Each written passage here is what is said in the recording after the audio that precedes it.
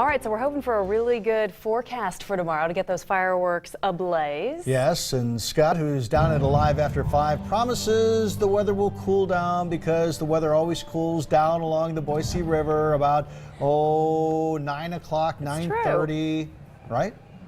Yes, you use that word promise a lot in the weather. You have to be careful with that.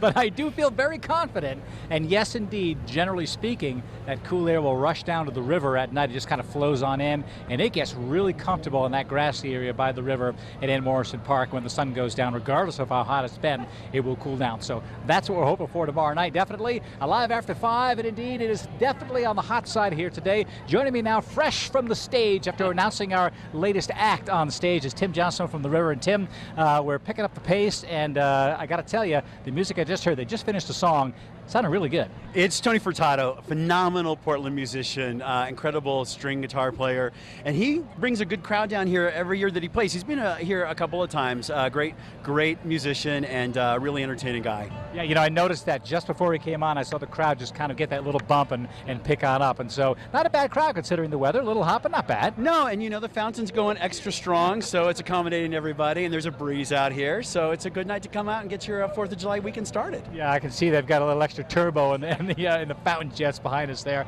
And you were saying a little earlier, your favorite act, when you looked at the whole schedule, Alive After 5 comes out with the schedule, and you pick, oh, this is going to be my favorite one. That's next week, right? It's actually next week. It's a band from Seattle called Pickwick. They've released one of the best records of the year, and they were just in town at Treefort earlier this year. They've built up a huge following here. Really great sound, kind of a retro soul, sort of indie rock thing going on, but I'm telling you, it's not the one. You don't want to miss these guys next week. Excellent. Well, let's hope the weather cooperates and not too hot, right? That's what we count on you for. All right. I'll do my best there, Tim. Thanks so much, Tim. John Stone from the river, of course. And weather-wise, you know, the breeze has been real comfortable, kind of cooling things down. A few more high clouds coming in, drifting on in, making it quite nice. And there you see the pollen count for the day has come up a little bit into the moderate category. So we'll keep an eye on that for you from the Boise Valley Asthma and Allergy Clinic.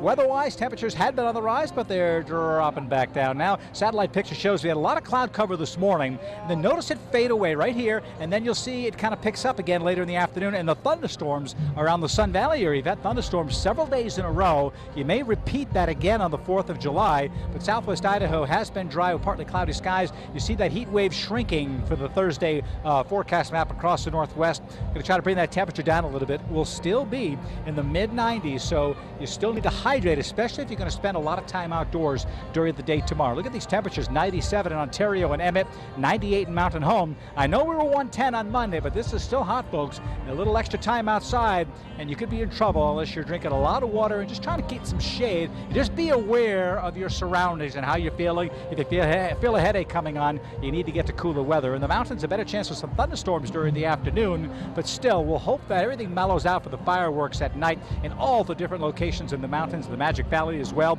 Mid-90s again tomorrow, upper 90s possible. Locally, gusty winds are always possible near any of these storms that form. We're getting some gusty winds down here in the Treasure Valley right now, but still not bad. Extended forecast shows the temperatures bottoming out on Friday at 92, and then we come right back up on Sunday. And then notice as we go to Monday, Tuesday, and Wednesday, we kind of streamline in the upper 90s. Computer charts, I noticed, I was taking a look at some specialty graphics in computer charts, having a little kind of somewhat of a confusion of whether the temperatures will go up or down. So near 100 is what I'll say for next week, and you may want to do this at some point over the next few days and even this evening. Kids playing in the fountain. You see, again, the fountain is on extra high today. You don't want to be putting your face down on that there, Don, Michelle. Don, I think I saw you running. Michelle, Don was running through the fountain not long ago. I know it was him. I saw him. Well, and here's the deal. We say kids are running through the fountain. I don't blame anybody over the last few days who wants to run through that fountain. Adults, senior citizens, whoever. I've been known to go through it after the water. After a Steelheads game. I think I've actually gone through it, Scott. There is that too. Now that would be a little difficult. Yeah, it'd be, yeah. But, It'd be icicles. Thank you, Scott.